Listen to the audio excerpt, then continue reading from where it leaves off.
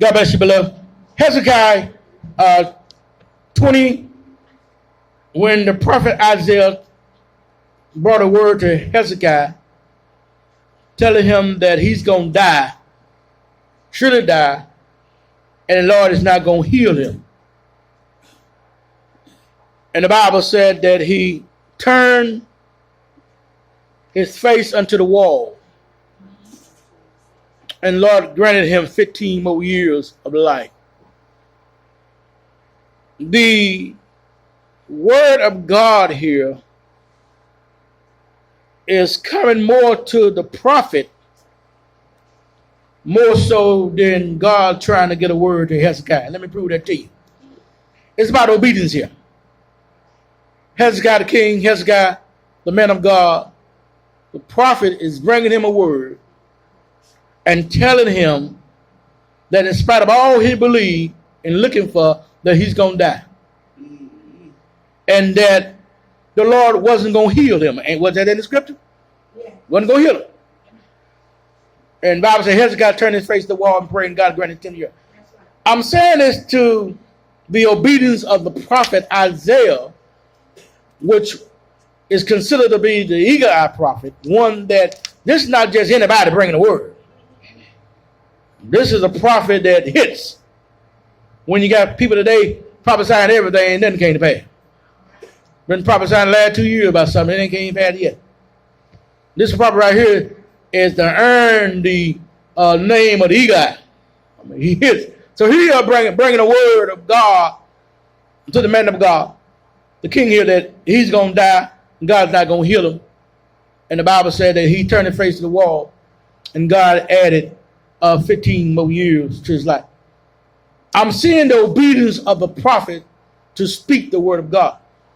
Let me tell a little testimony here, and in line with the Lord. Spoke to me concerning the ministry to go into the new year with a new administration board. That means that I have to demote every leader in every position to do that. Now that was the obedience of God, the word that came to me, which was not an easy task.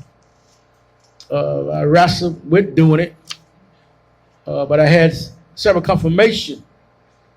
Heard a word of knowledge come forth in a service that had no idea or nothing about what I was talking about. And God spoke a word to that started all over. I took that word to be the word they were speaking to me at the beginning of the year to demote every leader in the church, every position in the church. And like I said, it was not a easy task. And as the service was going, wasn't going to even do it until the Lord spoke to me again. And I did just what the Lord said do. Everybody didn't agree with it. Some got upset. Everybody didn't agree with it.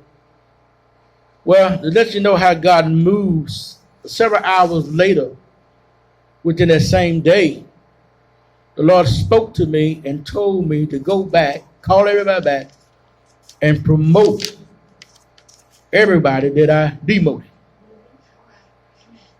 I said, God, what is this? He said, pour down one and raises up another. And he said, everybody that you demoted earlier, call them back and promote them to the next level in ministry. I did so, and there was a ease, a presence of God, but it helped me to make that decision. And I learned and accepted it was more about my obedience to the voice of God than your position. And by obeying God to do a difficult task, because I got some people been with me as long as I started the ministry, 16, 17, 15 years. And now I'm going to tell them that their leadership is no longer needed for this next decade, next move, next level, next year of God.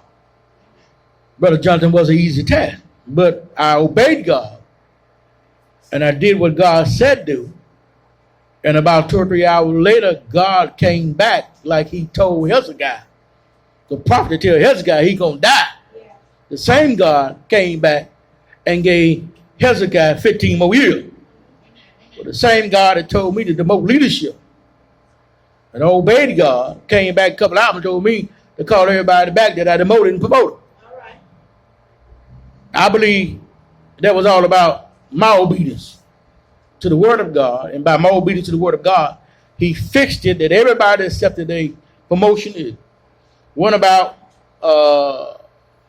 as if only God can do it. And so I'm saying we just got to trust and obey God.